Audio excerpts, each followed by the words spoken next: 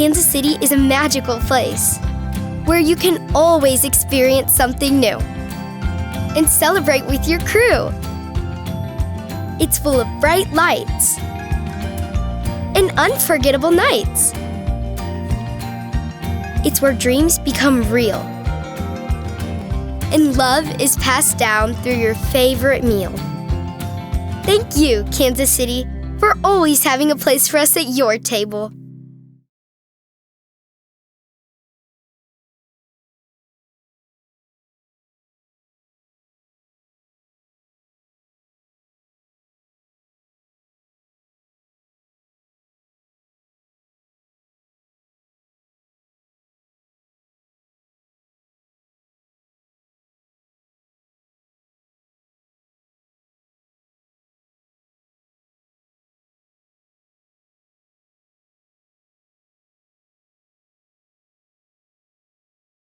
And then you have that strip sack, fumble recovery for a touchdown. What did you see on that play? Well, really, it was the other side of the defensive line that really pressured him into me, and he was holding out the ball like this. I thought I'd go grab it, and I was really lucky that we scored. But it wasn't all me; it was the rest of the defensive line causing some pressure. You guys scored 2 defensive touchdowns tonight, had 3 takeaways. What do you guys pride yourself on that side of the ball?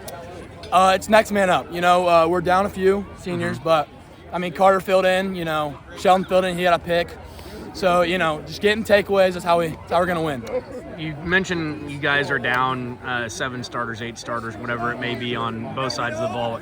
How do you guys preach that? What does Coach Donahoe tell you at practice? It's really about team. It's not about individuals. It's really unfortunate that we're missing Pierce and Max and Bernie and Jack, obviously, but we got players out all around the field, and we can really step up. When the offense isn't playing as well or executing as you guys need to in the red zone, how nice is it to have that defense?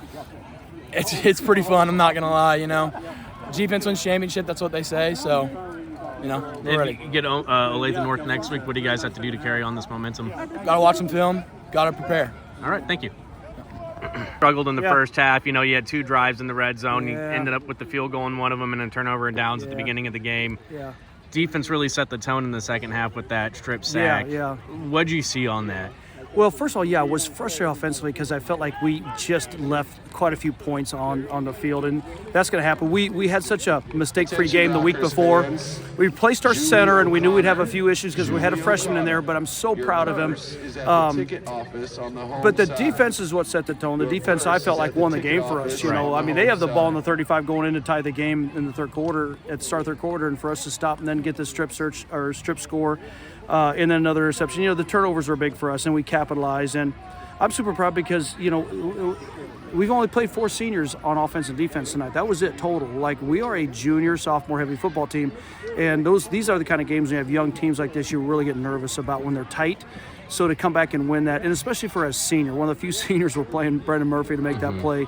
Just love it. So proud of him and happy for him. So good stuff. When you look at that, though, that, like you said, it changed the play or momentum of the game, and you guys just piled on from there.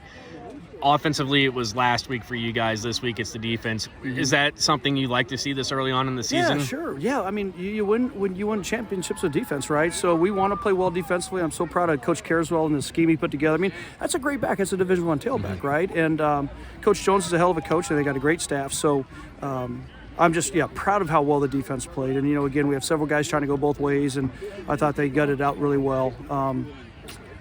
It's week 2, right? So just keep getting better. And I thought we took some steps today. I like that we had some adversity and we kind of overcame it, and that's going to be big for us down the road. You mentioned their running back. What was the game plan coming in tonight to stop him? Swarming. We had to stop 28. He's super kid in terms of a player. So if we could shut him down, we were going to have a really good chance to win the game.